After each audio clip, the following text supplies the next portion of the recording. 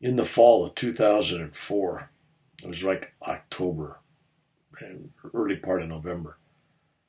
I found myself in the deserts of India with my traveling buddy Dave from the Army.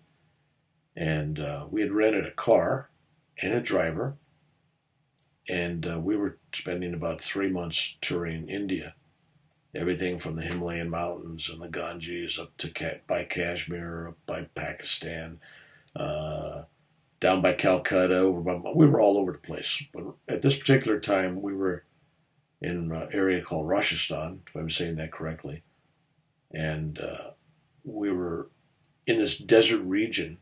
We just come back off the desert where we've been riding some camels.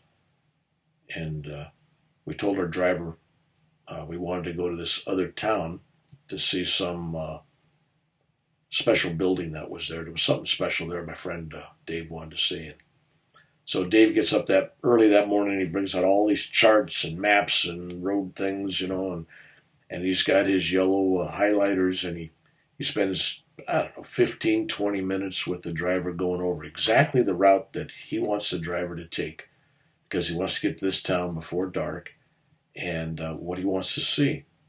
And the driver goes, yeah, okay.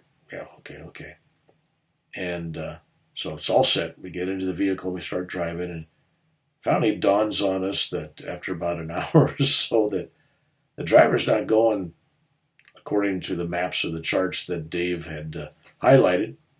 He's going wherever he wants to go.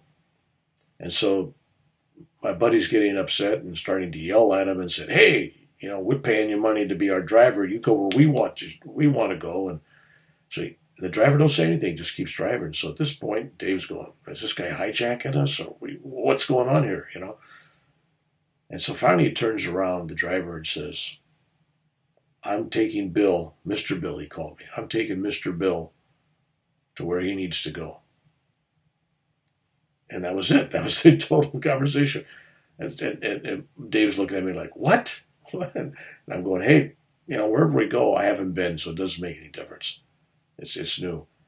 So he was still upset, but we kept on driving. And a couple hours later, we come out of the desert and we come over this hill. And there's this little oasis-like area. And it had a Jain Temple, some people, Jan or Jane, however you pronounce that. This old temple that was there. And it was made out of marble. It had these beautiful marble columns. And it had a parking lot with palm trees around it. Lots of monkeys running around. And there was 2 Western buses. And it looked like they had tourists from Europe or America or someplace. And they were all inside the temple exploring it. So we pull in the parking lot and the driver turns around and says, Mr. Bill, this is where you need to be today. I said, okay. So I get out.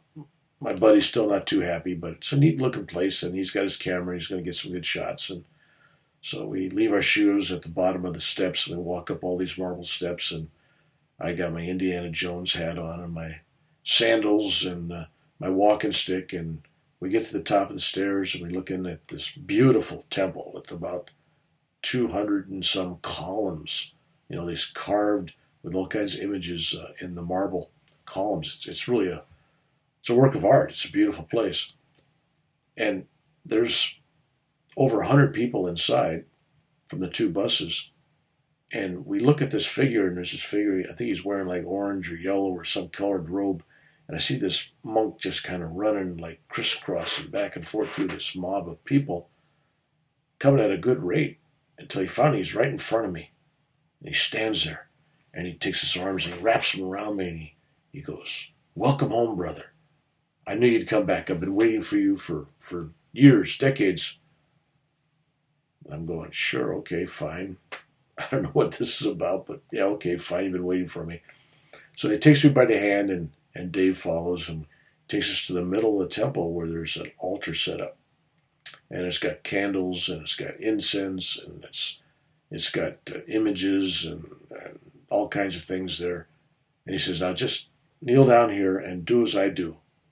And so he goes, Om, Om, Shanti, Om, Shanti.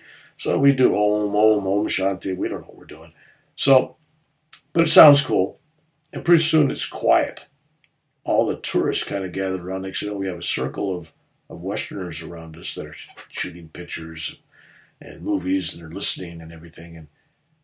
And finally, the monk notices this and says, "I'll have your friend go with my fellow monk over here, my brother monk, and he'll take him around the temple and he can shoot pictures." He says, "I need to talk to you in private, and I'll give you a private tour."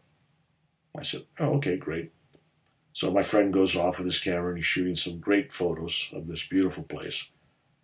And we go off into the recesses of this temple away from everybody. And we're walking around, and, here's the good part about it. It's like I always like these movies like Indiana Jones and all these old movies from the old days where they go into some jungle temple or some desert temple, and there's always a secret passageway, a secret door, a secret staircase, secret room. And I always thought that was always cool, but always thought it was imaginary and it was strictly Hollywood. Well, he took me back there and he actually showed me that there are secret doors, secret panels, and even a secret staircase. I mean, he'd push a stone and the stone would open up and there's a secret room, and we go in there and there's candles and stuff burning, and it's a little meditation area, and go someplace else, he opens up and there's steps, stairways going to the roof. So it was really kind of neat. So we were in one of these rooms, and we sat down, and I thought, oh, good, okay, I've been traveling all this time for a couple of months, looking for that magic moment where I'd find some yogi, guru, master, God-realized person that would, answer all my questions, because I'm coming to India to find, the meaning of life. And so now I got this monk, and he looked like he was a senior monk, looked like he was in charge of the place. And we're sitting down and I think, now I'm going to get some answers to my questions. Nope. What happens is the same thing that happened to me all over India that first trip. Everywhere I went, I was asked questions. I was like, what? I'm coming there to find out about things and to find out the meaning of life. And there are these monks asking me. So this guy starts off asking me the meaning of life and, and purpose and all these different things. And here's a guy that spent his whole life living in an ashram and serving in a temple. And he's asking me this stuff like I'm his teacher. It was really strange.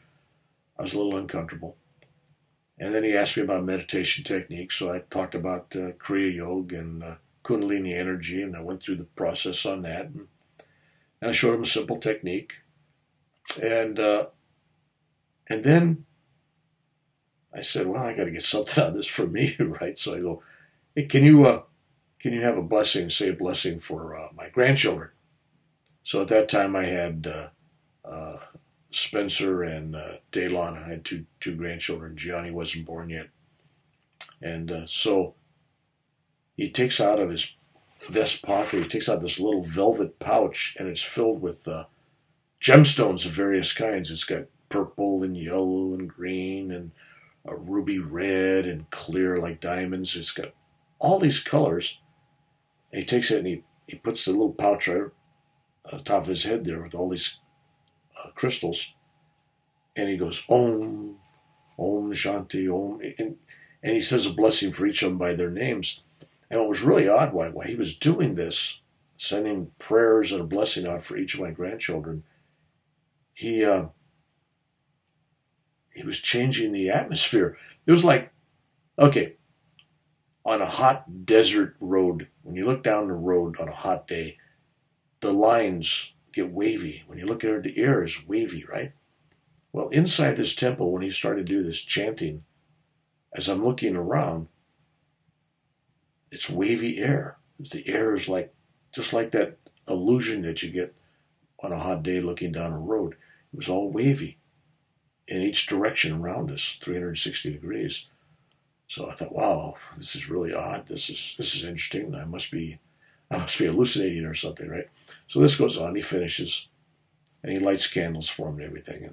And I spend time giving him some more information. And then my friend is summoned, and he opens up this stairwell, and he says, I think your friend would enjoy taking pictures on the roof. So we go up on the roof, and I meditate, and we take pictures up there, and we come back on down, and he's waiting for us.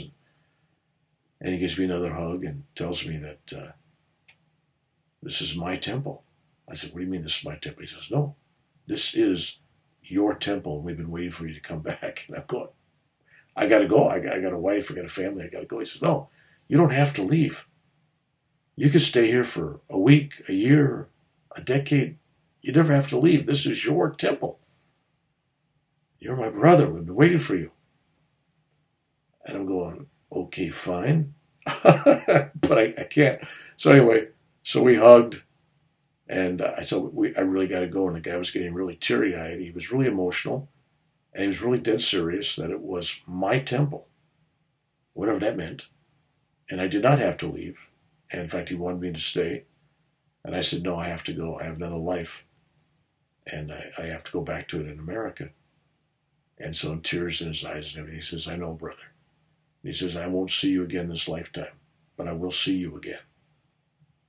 All right, so we hugged, said goodbye, and I thought, that was kind of an odd little thing. And so we walked back to the car, and as soon as we got back to the car with the driver, my buddy's into this, getting on the driver and taking us there and disobeyed his orders, and he's in charge, and he's the boss, and supposed to go. Anyway, so that was all was on my friend's mind. And so we went to dinner, and he was still talking about that. And I'm trying to tell my friend, I go, hey, look, here's this neat thing that happened. And he was just focused on the driver didn't take us where we were supposed to go. So it goes to show you a couple things. Two people can go to the same destination, but each has a separate journey. We're both in the same vehicle. We're both transported to the same place. But we both had a different, unique experience. We both focused on something different. Now, why was this man saying I was his brother? Why was he embracing me and asking me for advice on how to meditate and what the meaning of life was, which I told him it's love? And why was that my temple? And why could I stay there for as long as I wanted? I didn't hang around to ask. We continued our journey. But those thoughts I ponder once in a while. It was just an odd experience, but one I cherish.